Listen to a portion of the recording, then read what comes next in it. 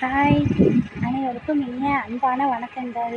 நாம் இன்னைக்கு எங்கே வந்திருக்கோம்னா கழனிக்கு தான் வந்திருக்கோம். பாருங்கள், எங்கள் கழனியில் வந்து மிஷின் நட வச்சு நட்டுட்ருக்கோம். இப்போ அந்த வேலை தான் நடந்துகிட்ருக்கு. நல்ல வெயில் அடிக்குது. எங்கள் ஊரில் கிளைமேட் பாருங்கள் எப்படி வெயில் அடிக்குது பாருங்கள். இந்த வெயிலில் தான் நாங்கள் வேலை செஞ்சிட்ருக்கோம். நல்ல வெயில் அடிக்குது.